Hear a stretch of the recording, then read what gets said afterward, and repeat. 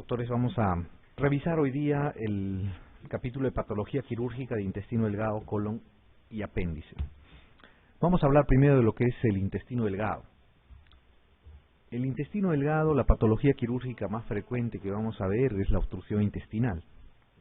La obstrucción intestinal, como ustedes saben, es el cese del tránsito intestinal debido a alguna causa extraña que proviene de la luz misma, proviene de la pared del intestino o viene de un cuerpo extrínseco, fuera de este, ¿no? Es extraluminal, intraluminal o parietal. Esta obstrucción, dependiendo dónde se encuentra, a qué nivel está, va a producir algunos síntomas que van a predominar respecto a los otros. Todos los pacientes que tienen un cuadro de obstrucción intestinal, por lo general van a tener dolor abdominal, especialmente tipo cólico, distensión abdominal conforme va avanzando el tiempo de evolución, vómitos, dependiendo del tipo de obstrucción, pueden ser precoces, pueden ser tardíos, pueden ser alimenticios, biliosos o fecaloideos, pero los vómitos casi siempre están presentes. Y ausencia de eliminación de gases y heces, ¿no? Dependiendo de la altura, del tipo de obstrucción que tengamos, puede haber ausencia o no de eliminación de gases y heces. Podemos clasificar a la obstrucción intestinal en tres niveles: alta, media y baja. La obstrucción alta, hablan de que es hasta la obstrucción producida en el ángulo de Treis. Todo lo que está por encima, toda obstrucción por encima de esta es una obstrucción alta. El síntoma que va a predominar en este tipo de obstrucciones son los vómitos.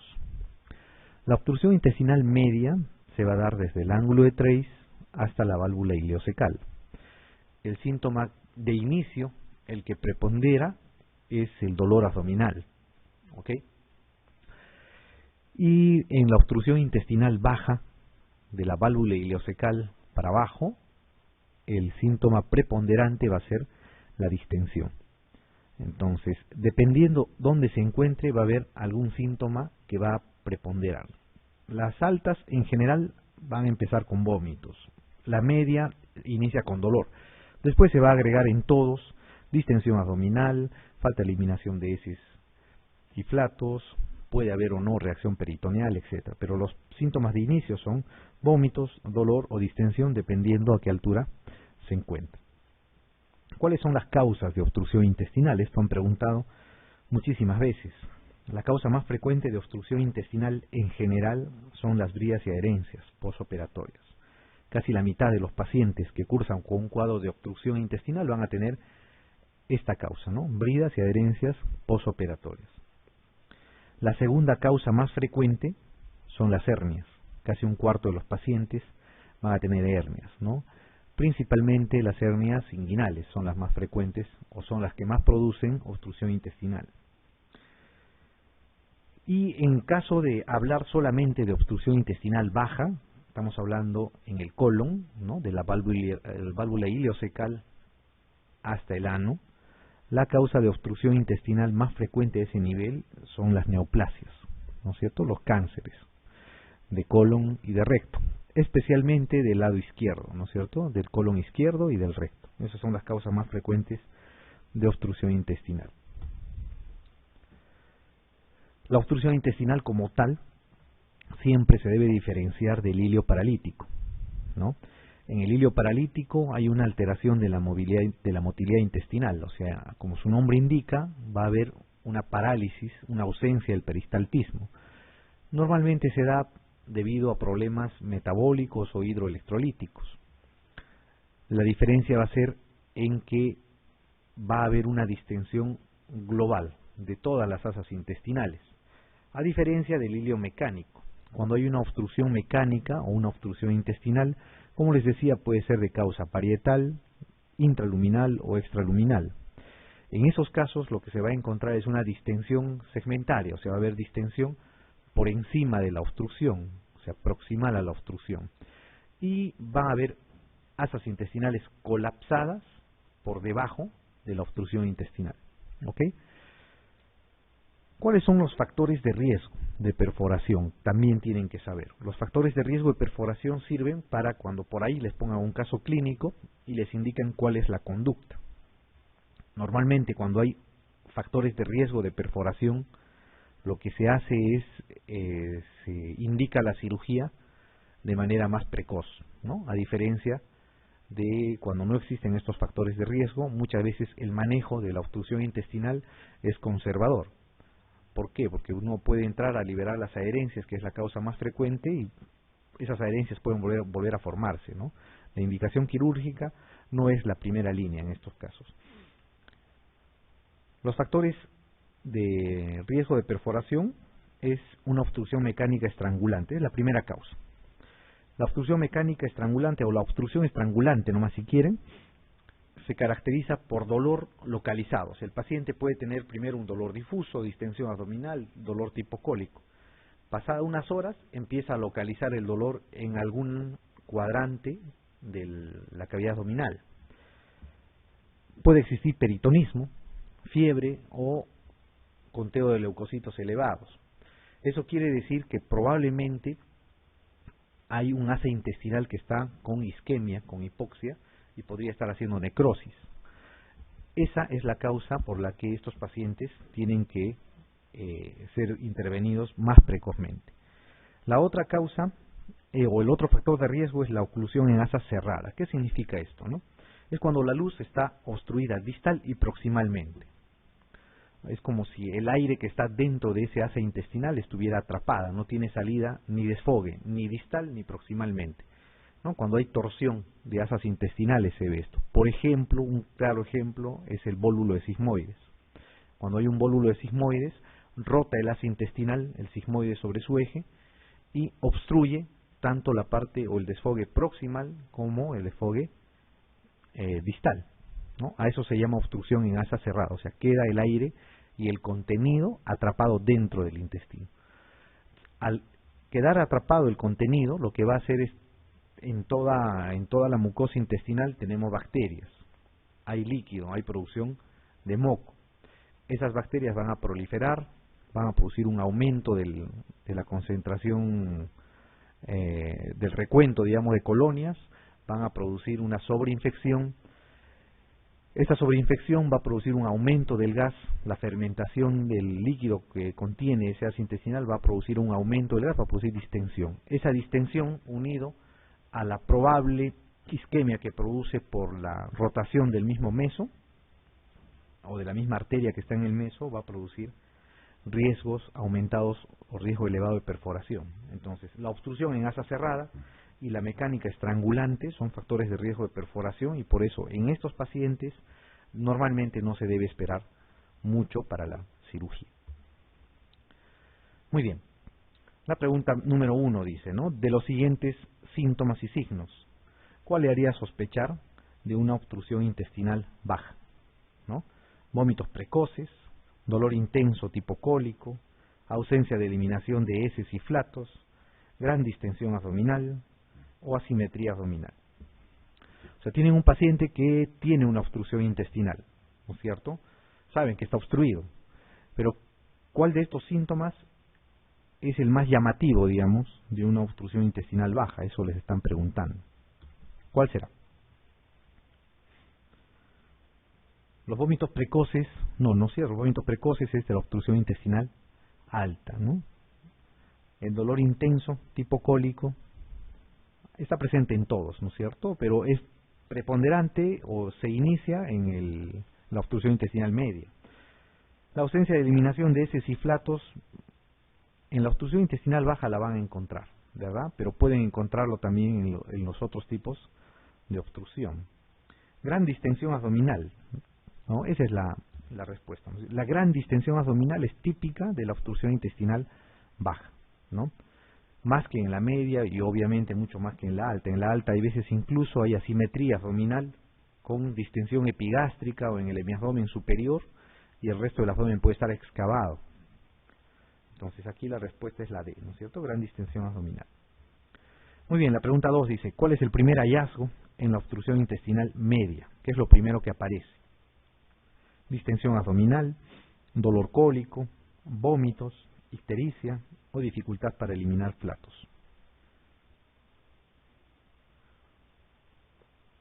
¿Cuál dijimos que era? Dolor cólico, ¿no es cierto? Es el primer hallazgo, ¿no? Lo primero que aparece en una obstrucción intestinal media. Muy bien, la pregunta 3 dice, en un paciente que acude por dolor y distensión abdominal, vómitos persistentes, al que se le diagnostica de obstrucción intestinal por vías y adherencias posoperatorias, ¿cuál es la medida a tomar? Laparotomía de emergencia, administración de enemas evacuantes, hidratación endovenosa, sonda nasogástrica, observación, administración de proquinéticos, compensación hidroelectrolítica y preparar para la laparotomía urgente. ¿Qué harían con este paciente? ¿No? Es una obstrucción intestinal por vías y adherencias, no les dan otros datos más. No le dicen cómo está el estado general, no les dicen cómo está el estado de hidratación, no les dan el dato tampoco de que puede haber signos de perforación, ¿no? Solamente es una obstrucción intestinal por vías y adherencias, ¿no? Probablemente es una obstrucción postoperatoria, ¿no? Una cirugía previa. La laparotomía de emergencia, ¿harán o no? Todo paciente que entra con obstrucción intestinal por vías y adherencias tiene que entrar a sala urgente ese mismo rato. No, eso no es falso, ¿no? Como les había dicho, el manejo en la obstrucción intestinal, especialmente por vías y adherencias, es conservador de inicio, ¿ok? No se puede entrar a operar de frente, porque las bridas y adherencias que ustedes encuentren las pueden liberar si es posible, y nada les va a asegurar que esas bridas y adherencias no se vuelvan a formar. ¿Okay? Hay pacientes que se operan 5 o 6 veces por obstrucción intestinal por bridas y adherencias, y nada les va a garantizar que no se vuelvan a formar, ¿no? El paciente que tiene tendencia a formar bridas y adherencias, por más que lo operen, incluso usan algunas sustancias, los corticoides, algunos preparados vaselinados para evitar las adherencias, igual se forman. Entonces la laparotomía de emergencia no es el caso, ¿no? Tampoco será compensación hidroelectrolítica y preparar para la laparotomía urgente, ¿no? Esas dos alternativas dicen lo mismo, ¿no es cierto? Les queda administración de enemas evacuantes, hidratación endovenosa, sonda nasogástrica y observación o administración de procinéticos. ¿Qué darían?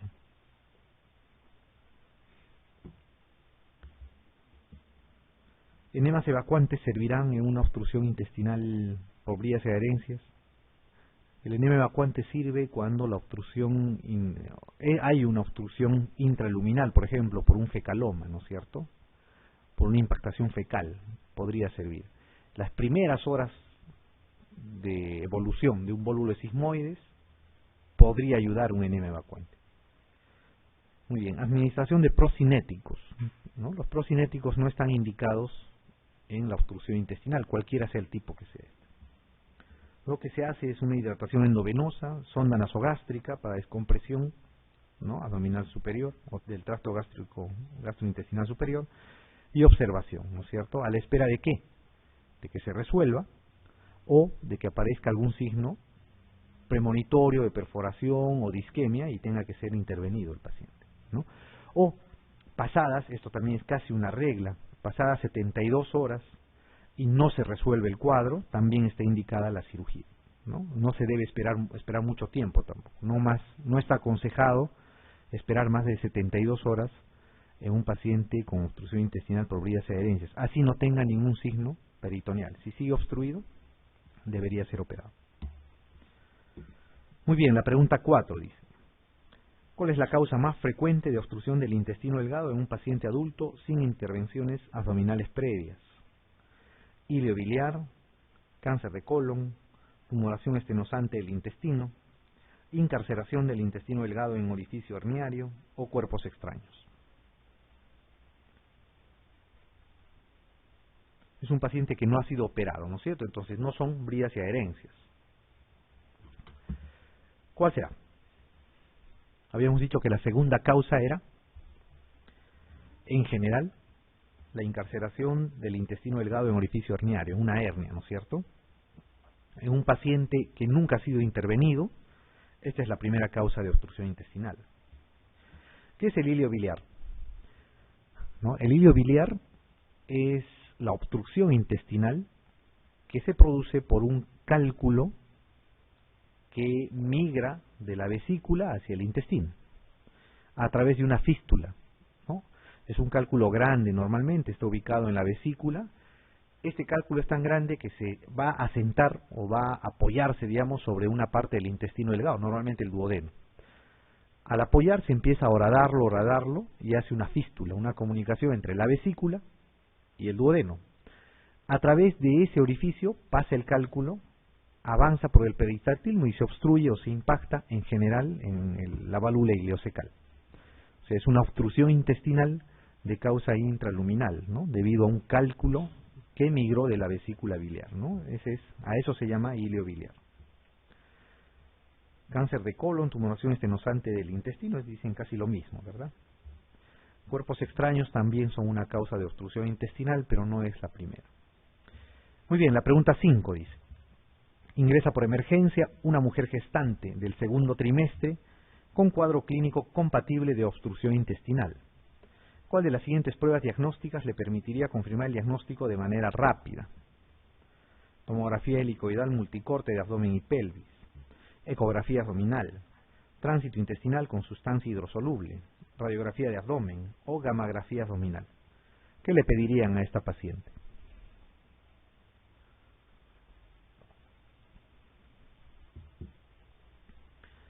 Es un cuadro de obstrucción intestinal, ¿no es cierto? Pero la diferencia está en que es una gestante nada más.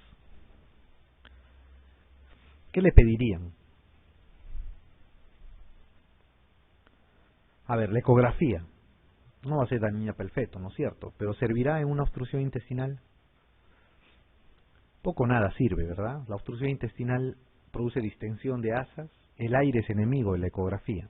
Entonces no van a poder ver mucho en la ecografía abdominal. La gammagrafía abdominal servirá, no es indicación en la obstrucción intestinal, ¿verdad? 1 y 2 no es una prueba rápida tampoco. Tránsito intestinal con sustancia hidrosoluble no está indicado en una obstrucción intestinal, ¿verdad? Es una contraindicación más bien, hacer un tránsito intestinal, no se puede hacer. Les queda 2, una es la tomografía de abdomen y pelvis y otra la radiografía de abdomen. ¿Cuál de ellas les dará un diagnóstico de manera rápida y se puede usar en la gestante? ¿Cuál produce más radiación? ¿La radiografía de abdomen simple o la tomografía de abdominal? Una tomografía abdominal más o menos equivale a unas 200 placas de la radiación que produce, ¿no? Obviamente la radiación que absorbe el paciente es mucho menor, pero igual es muchísimo más que una radiografía de abdomen. Entonces, la radiografía de abdomen, una radiación, o si le quieren tomar de pie y de cúbito, no va a producir mayor problema en una gestante. Peor aún si ya está en el segundo trimestre, ¿no es cierto? En el primer trimestre es la organogénesis, pues, ¿no es cierto? A partir del segundo el feto está formado, ya empieza el desarrollo, básicamente, ¿no? A crecer el niño. Entonces, en los pacientes, ojo, en gestantes no está contraindicada la radiografía de abdomen, ¿ok? La radiación que produce es baja, ¿ok? Es muy baja. Si es necesario, para hacer el diagnóstico, como en este caso, ¿no? Una obstrucción intestinal, no hay otra forma de hacerlo, está indicada la radiografía de abdomen. Se puede tomar, ojo, ya se puede tomar. Y entre estas es la que menos radiación va a producir, entre la tomografía y la radiografía de abdomen. Muy bien, hablando de la radiografía, vamos a ver, la obstrucción intestinal, la mejor forma de hacer el diagnóstico, de evidenciarla, es mediante radiografía, mediante rayos X. La radiografía simple es el mejor estudio para la obstrucción intestinal. Si bien es cierto, la tomografía, por ejemplo, ayuda y ayuda mucho en casos de obstrucción intestinal, con un buen equipo, un buen radiólogo que les informe, incluso pueden detectar dónde está la obstrucción intestinal, a qué nivel, en qué sitio. Pero los rayos X, para hacer el diagnóstico, es suficiente, basta y sobra una placa simple de abdomen. Entonces, El estudio radiológico del abdomen, hablando de radiografías simples, se basa en 3 placas. Una radiografía de abdomen de pie, que les va a servir para ver niveles hidroaéreos. Recuerden, más de 3 niveles hidroaéreos ya son patológicos. Menos de eso puede darse porque está habiendo algún enlentecimiento local, alguna adherencia que no está provocando obstrucción, etcétera, ¿no? Más de 3 niveles es patológico. Radiografía en decúbito. La radiografía en decúbito les va a servir para dibujar más o menos el asa intestinal, cuál es su diámetro, cuántas asas intestinales o qué parte del intestino está distendido. La radiografía de tórax es útil en caso de que haya una perforación. Por ejemplo, la primera zona donde van a encontrar ustedes aire libre es debajo del diafragma, ¿no? Van a ver el neumoperitoneo. Entonces, por eso es que se piden las 3 radiografías en general a los pacientes que tienen un cuadro de obstrucción intestinal. La radiografía simple de abdomen de pie, en decúbito y de tórax. ¿Qué van a ver? Van a ver distensión de asas y niveles hidroaéreos. Eso es lo que les va a llamar la atención en un cuadro de obstrucción intestinal.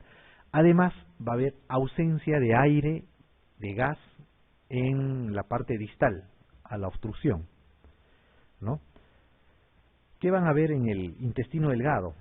Van a ver una imagen tipo peldaño en pila de monedas. Vamos a ver más adelante en la siguiente radiografía cómo se ve, ¿no? En la siguiente slide. En el intestino grueso van a ver las austras. Pueden ver un hilio biliar, les puede ayudar si es que hay aerobilia, si es que ven la imagen cálcica o imagen radiopaca en la fosa ilíaca derecha, asociado a un cuadro de obstrucción intestinal y aerobilia. Probablemente es un hilio biliar.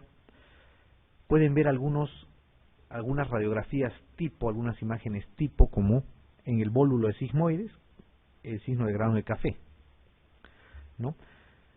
Estas son las imágenes radiográficas de un cuadro de obstrucción intestinal. Por ejemplo, estos son niveles hidroaéreos, ¿no es cierto? Los niveles hidroaéreos se producen por el contraste agua-aire o líquido-aire, perdón, que hay que existen dentro de la luz intestinal. En una radiografía de pie se van a ver niveles hidroaéreos. En la radiografía de decúbito van a ver las asas intestinales, cuánto están dilatadas, el edema de pared, cuán gruesas están las paredes. En los casos que haya una obstrucción intestinal baja, van a ver el colon dilatado, sin progresión de aire a nivel de la ampolla del recto. ¿Okay? Una gran distensión del colon. Y cuando hay un bólulo de sigmoides van a ver esta imagen, pues, ¿no? Parece el grano de café, se asemeja, ¿no? Se adelgazan las asas intestinales hacia la región pélvica y después se distiende hacia la parte superior, ¿no? Porque el sigmoide se ha rotado, ¿no es cierto? Y existe un edema en la zona central, un edema de la pared. Muy bien. La pregunta 6 fue pregunta de examen también. Dice, la causa más frecuente de abdomen agudo por oclusión mecánica de intestino delgado es una de las siguientes: plastrón apendicular, hernia inguinal incarcerada, hernia crural incarcerada, adherencias o bridas de intestino delgado, consecuencia de laparotomías previas, o neoplasia de colon derecho. ¿No? Dice, causa más frecuente de abdomen agudo por obstrucción mecánica de intestino delgado. Es una de las, en general les preguntan, ¿cuál era? Las bridas y adherencias, ¿no es cierto? Las bridas y adherencias es la causa más frecuente. Han preguntado más de 5 o 6 veces esta pregunta, con diferente tenor, pero siempre preguntando la causa más frecuente de obstrucción intestinal. Muy bien. Además de la obstrucción intestinal, en intestino delgado tenemos que ver que hay una enfermedad que afecta el intestino delgado y produce su necrosis, que es la enfermedad vascular intestinal. La enfermedad vascular intestinal puede ser de varios tipos. Puede ser una isquemia mesentérica, un émbolo que produce un taponamiento de alguna arteria y produce la isquemia redundante del sector que va a irrigar esta. Puede haber una arterioesclerosis severa asociado a un desprendimiento de un ateroma que produce también una isquemia mesentérica, o existe a veces la vasoconstricción marcada de estos vasos mesentéricos en pacientes que son hipoperfundidos. Vamos a ver más adelante eso. ¿Qué tenemos que saber para hablar de la enfermedad vascular intestinal, ¿no? Los intestinos están vascularizados, están irrigados por dos arterias, que son las arterias mesentéricas. Hay una mesentérica superior y una mesentérica inferior. La más importante funcionalmente y quirúrgicamente hablando es la mesentérica superior. ¿Por qué?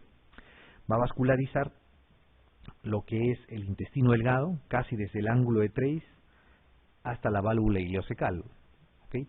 Todo el segmento intestinal que está unida al mesenterio, ¿no es cierto?, por donde discurre esta arteria. Y va a vascularizar también el ciego, el colon ascendente, el ángulo hepático y el transverso, el tercio derecho o los 2 tercios derechos del transverso. En cambio, la arteria mesentérica inferior va a vascularizar el tercio superior del recto, el sigmoides, el colon descendente, el ángulo esplénico y parte del transverso. Si, por ejemplo, existe una embolia, una isquemia, una trombosis en esta zona de la arteria mesentérica inferior, obviamente va a haber una necrosis de todo el intestino grueso o todo el colon del lado izquierdo, que no revierte en mayor importancia el hacer la resección acá. Se saca esa parte que está muerta del intestino y el paciente va a vivir tranquilamente con el resto que le queda. Pero si existiera una isquemia, una trombosis o un émbolo que va a obstruir la arteria mesentérica superior, con isquemia del intestino delgado, desde cerca del Treis hasta el colon, esto es incompatible con la vida. Normalmente los pacientes que tienen este tipo de isquemia, este tipo de enfermedad en la mesentérica superior, cuando es masiva, fallecen, pues, ¿no? Muchas veces uno entra a operar y encuentra la necrosis de todo el intestino delgado y parte del colon, ¿no? No se puede hacer otra cosa, no se puede hacer nada por el paciente, solamente se mira, se lava y se cierra, ¿no? Y se espera pues el fallecimiento, no hay otra cosa que hacer, es incompatible con la vida.